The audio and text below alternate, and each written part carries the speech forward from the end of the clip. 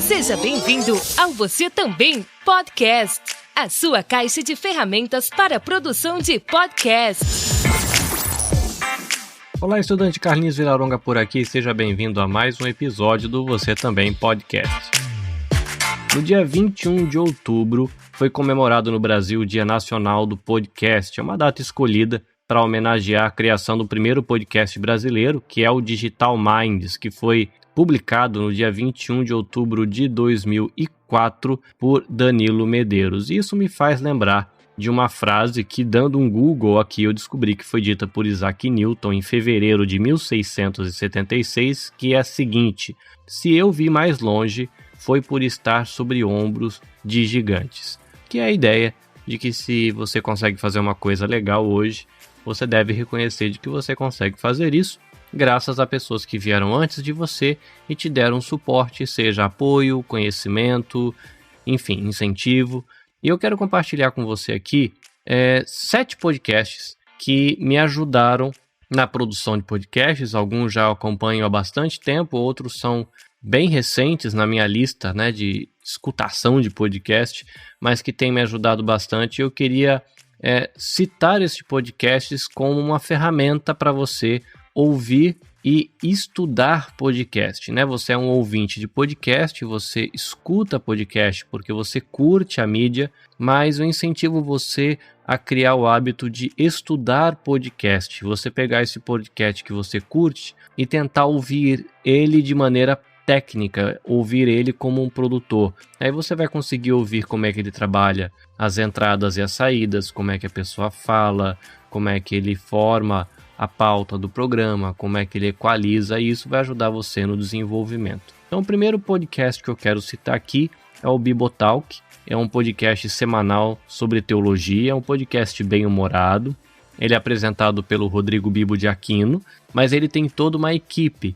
Com esse podcast, eu pessoalmente aprendi o valor de você ser leve, descontraído na hora de falar de uma temática mais técnica, que é a teologia, e eu tenho também um podcast de teologia, e com o pessoal do Bibotalk, lá com o Rodrigo, eu aprendi a importância do trabalho em equipe, né? Ele começou sozinho, mas hoje ele trabalha com uma grande equipe e o projeto dele fica muito legal, então foi uma coisa que eu aprendi com o pessoal do Bibotalk. Um outro podcast que me ajudou também no meu trabalho foi o Xadrez Verbal.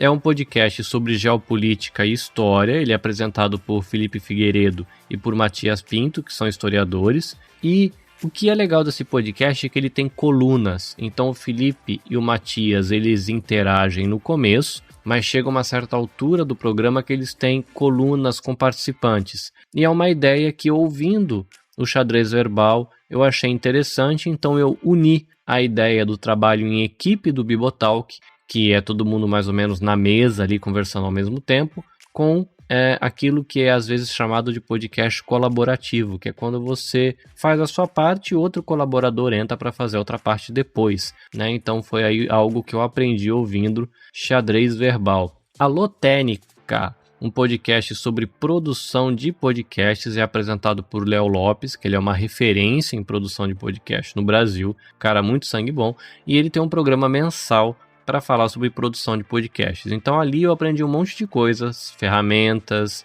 dicas, detalhes sobre a história do podcast, você poder ouvir bate-papo com outros podcasts experientes e entender um pouco como se desenrolou a história do podcast no Brasil. Então é bem legal, foi uma ferramenta aí que eu não escuto ele tecnicamente, tirando o fato de que tem uma voz maravilhosa e de que é um podcast que é gravado ao vivo. O Alotênica, ele não tem edição depois, né? Ele é gravado ao vivo, então isso é uma coisa bem legal, né? E eu escuto ele para me desenvolver e tem me ajudado bastante. Podcast Papo de Educador, que é um podcast bem amigável aí, que ele discute inovação escolar e metodologias de educação. É apresentado por Damione Damito. O que eu aprendi com o Papo de Educador? Além de, lógico, ter aprendido sobre educação, eu aprendi com o Papo de Educador o cuidado com a voz. Quando eu comecei a fazer podcast, e se você ouviu os meus primeiros episódios, a minha voz ela era mais estridente, eu costumava falar mais gritando, ficava até rouco. E escutando o Papo de Educador, eu percebi de que ele tinha uma dinâmica, né? O Damione, ele tem uma dinâmica de fala muito legal, né? Então, Papo de Educador, além do que eu aprendo sobre educação, foi um podcast que contribuiu comigo para a questão de ter um cuidado maior com a fala, a dinâmica de fala, volume de voz, e isso tem me ajudado. Ainda não encontrei, né, o melhor que eu posso fazer com a minha voz, mas já melhorou um bocado. Os próximos 3 podcasts, eles são recentes na minha listinha, e são podcasts que têm a ver com contação de histórias de maneiras diferentes, né? Eles estão dentro da categoria Storytelling. Aí a gente tem o 37 Graus, que é apresentado pela jornalista Bia Guimarães e pela bióloga Sara Zobel. É uma produção, ele é um documentário em áudio com uma influência de jornalismo literário. É muito legal e ele fala sobre ciências, né? Então é interessante a maneira como elas contam a história, como é que elas amarram entrevista com comentário, com trilha sonora original. É muito interessante para se estudar. É um tipo de trabalho que eu ainda não me arrisquei a fazer, mas é que eu já tenho ouvido e está acrescentando conteúdo e experiência para mim produzir coisas no futuro. Um outro podcast que tem uma pegada parecida é o Faxina Podcast, que é um podcast que conta a história de faxineiros que trabalham e vivem nos Estados Unidos. Ele é apresentado pela Heloísa Barbosa, que mora lá nos Estados Unidos, e é um podcast bem legal também nessa linha de contação de histórias.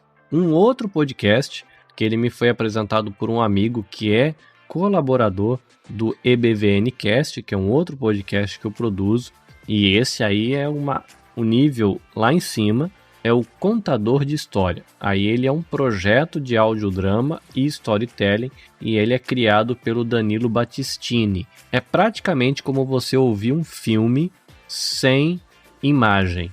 O trabalho de edição é ultra, super, mega bem feito.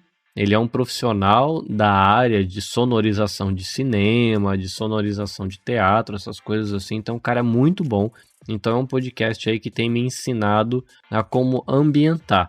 Também um tipo de trabalho que eu não me arrisquei a fazer ainda pelo nível de dificuldade e de conhecimento técnico que exige, mas é um podcast que me ajuda, né? Então, fica aí essa ferramenta no episódio de hoje, que é a ferramenta de você não só desfrutar dos podcasts que você curte, mas de você estudar os podcasts que você curte, tentar discernir como eles colocam o volume da voz, o volume da vinheta, o volume da trilha sonora, quanto tempo demora as viradas de uma canção para outra, como é que cada um constrói o episódio, como é que eles desenvolvem a pauta, como é que os entrevistadores se comportam nas entrevistas, e tudo isso vai ajudar você a fazer um podcast bem mais legal no final.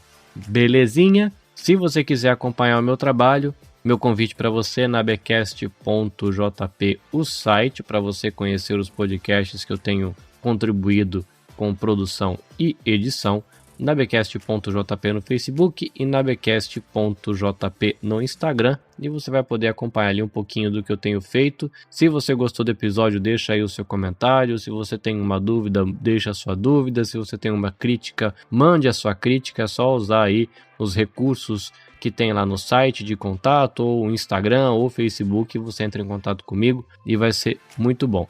É isso. Espero você no próximo episódio. Se você tem alguém que pode se beneficiar do conteúdo do episódio, compartilha com a galera aí.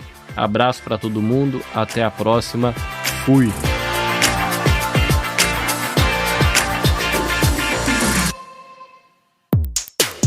Este podcast foi produzido e editado pela Nabecast, assessoria em produção de podcasts.